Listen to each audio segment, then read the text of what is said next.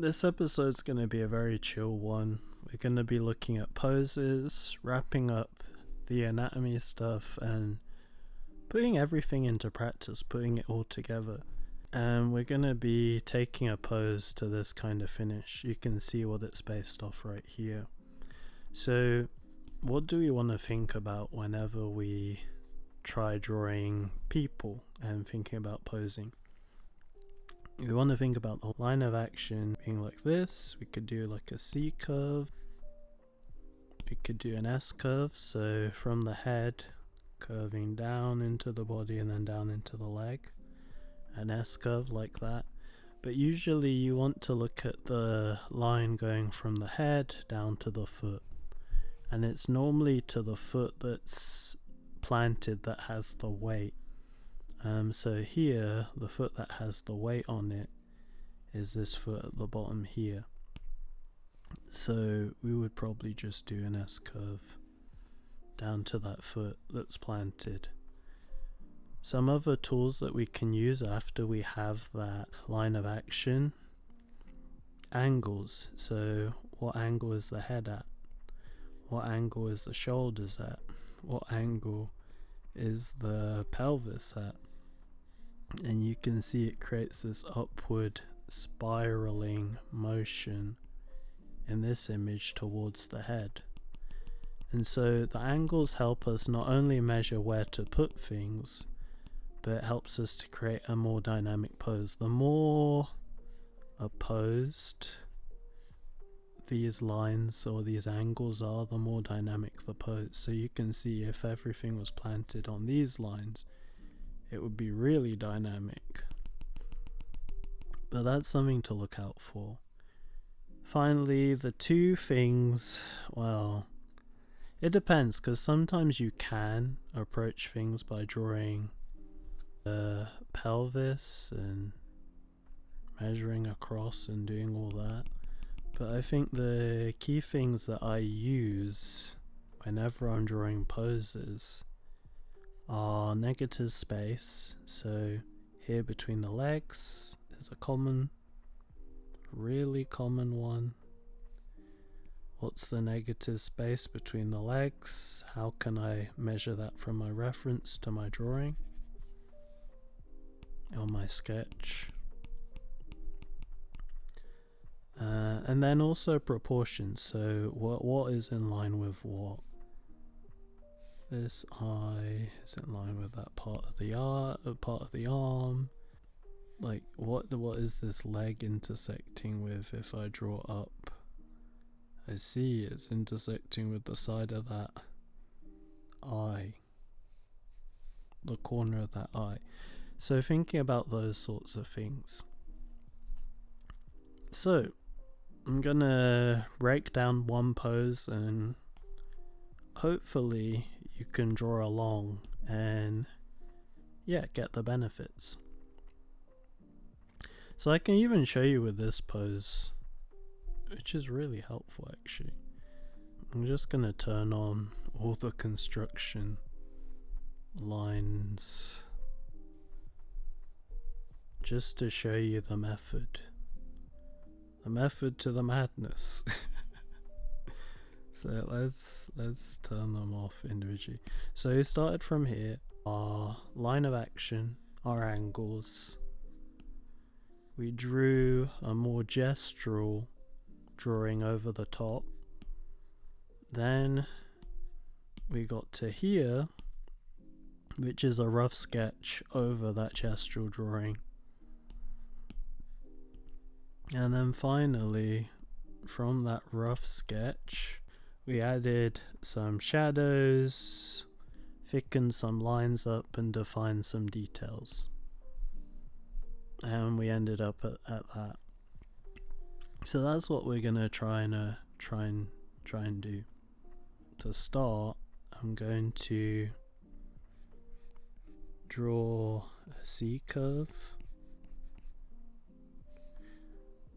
There isn't as much of an S curve, so it is just focusing on that C curve. Now, I could choose to do the pelvis method and try breaking things down that way. But oftentimes I'm just gonna start off by drawing angles, so thinking about those angles, and then I choose the thing that I'm most comfortable with drawing. I think I'm just gonna start with where the breasts are, because it's also where that rib cage is. And like as you develop, you'll break away from just drawing pelvis, rib cage. I mean, you may still do it, but you might also get comfortable with starting off from a point that you can see.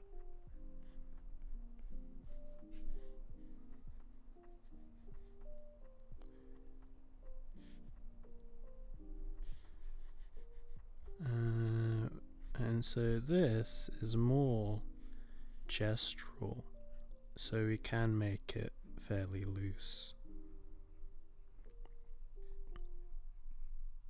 So that's what I'm gonna do here, make it fairly loose.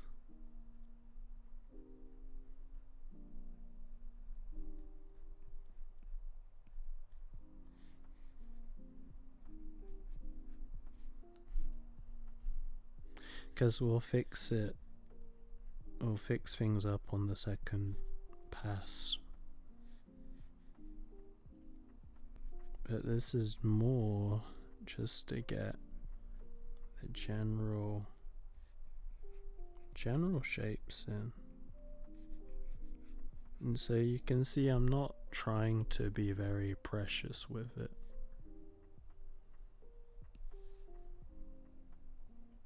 That face here.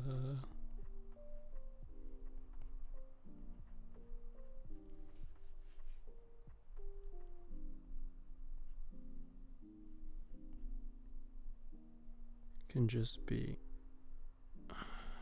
fairly expressive. So here I'm just doing a coil method, so coiling back to get the perspective of that foot. Oh no, of that leg going back in perspective.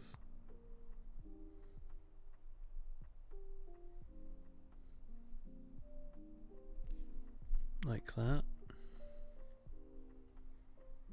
And another thing to look at is that negative space between here and here. So, because I'm looking at the negative space, thinking let me move it in a bit. Another thing I do, rather than drawing out the entire leg, I draw where the knee is, and I'll just draw 2 lines to roughly whereabouts is that knee, and then I'll draw where's that leg. 1 second, I feel like this can move down a bit. So where's that leg? I think it's roughly something like that. So this can definitely move down.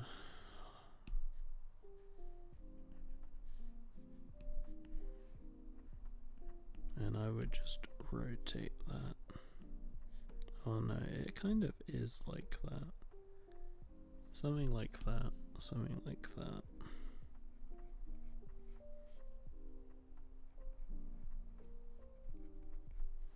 And so you can see we got a fairly gestural start.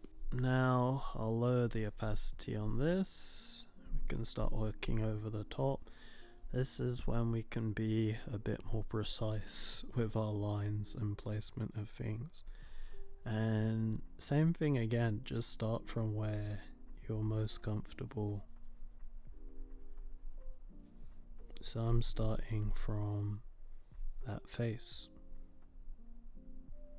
Just drawing that indentation for the eye socket, nose comes fairly out, so I'm just gonna put that in.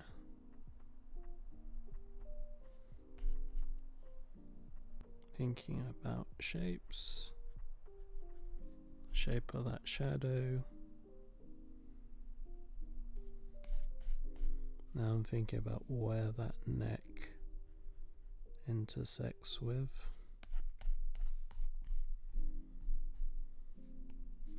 Now, based off the fact that we already have where that shadow is, I can think about where is that neck gonna join up.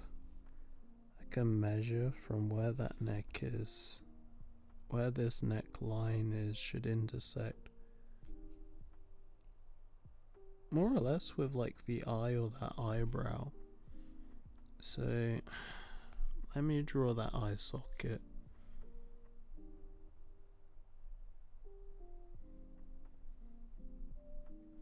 You're gonna do something like that. So from that, where that eye is, if I draw a line across like that, that gives me where my neck is.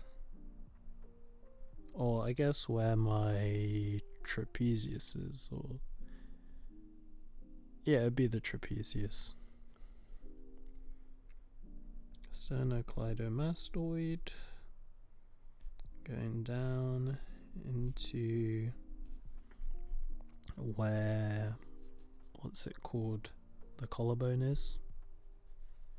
See, this is where anatomy actually comes into play, but you can see that we start to deviate from just the things that we know and observe the reference. So I'm just doing that arm. Another thing that can help is those contour lines.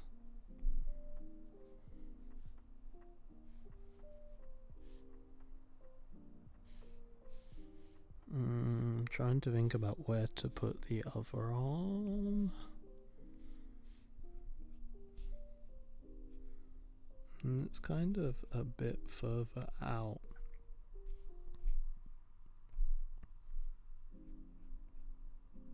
Come slightly in. Something a bit like that.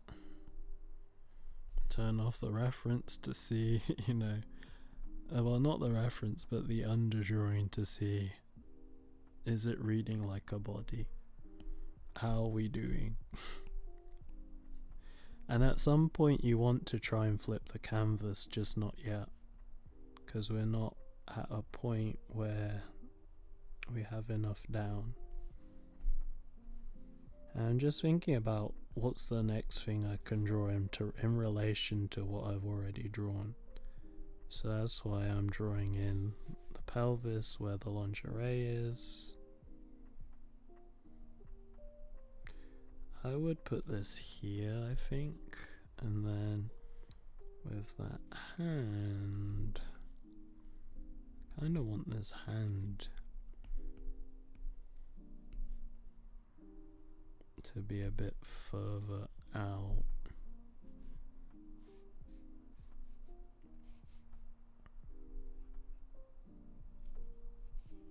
Something like that, something a bit like that. And I'm really kind of leaving this a bit crude, purely because I want to get everything else in. Yeah, not bad. And you can see, even for the eyes, like I just draw the eye socket for now. It's kind of like sculpting, I guess. Draw across from where that ear is, there. Intersects with the nose, so where's the nose? Roughly there. Think about that hairline first. Now I can think about the overall shape.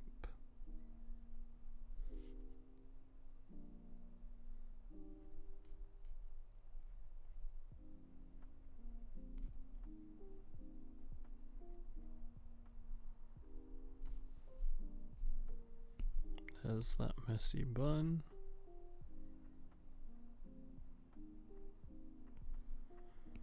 Okay, let's go down to the leg. So I'm gonna think about the negative space more so than anything.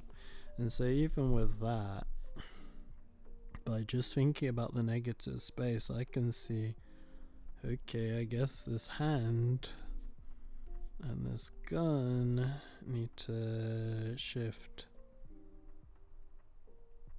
so that it's pointing more that way rather than straight down.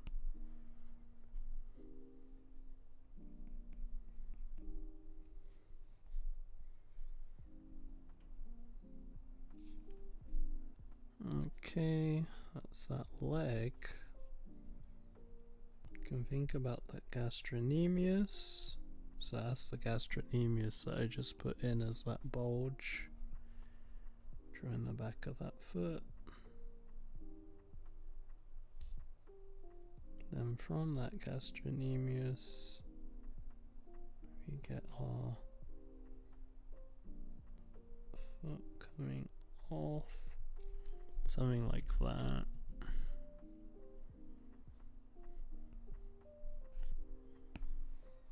Where does that intersect with? It intersects with where that hand is, but that hand also feels like it should be lower than it is. So this, I guess we could distort to get it lower.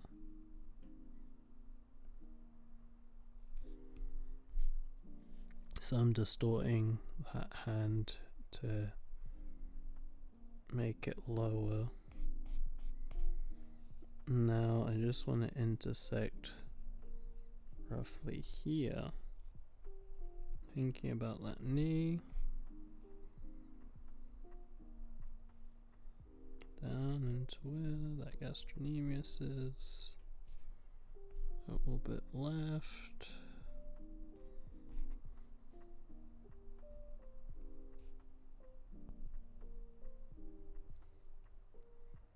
Metatarsals, or something like that, and like our little toes.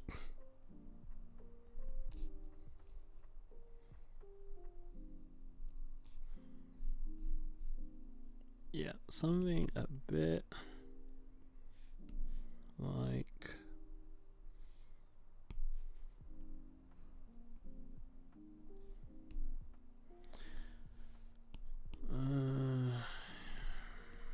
let me think. Because I still feel like the proportions are off, I'm gonna do another layer where I try and fix some stuff. But if you landed them, then you know you can move on to that shading. But I feel like there are still things that are off. And it's not really about perfection. It's about getting it to a point that you feel comfortable moving on from. And so you can see here I've skipped a bit ahead. So I'm just refining the drawing. This is kind of the point where you can start to think about shading once you have a base that you actually like. And so all that's changed really is a few refinement lines and a few changes to the proportions. And like this is the fun part where you can go in and start shading things out. So yeah, let's do that.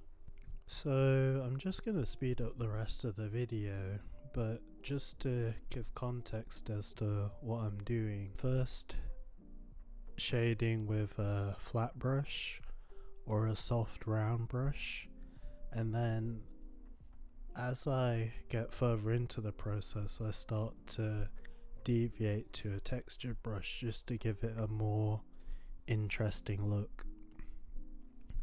The key things you want to do during the shading process, squint.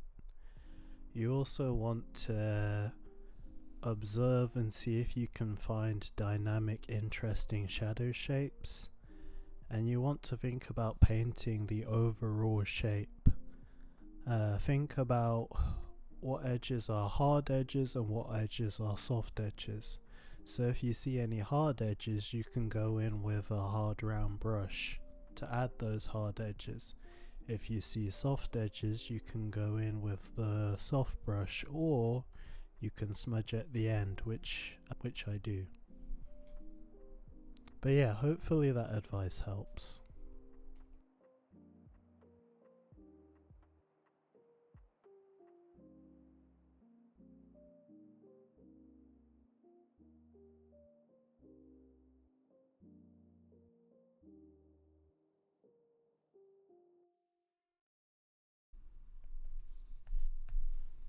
That's pretty much it. That's pretty much it.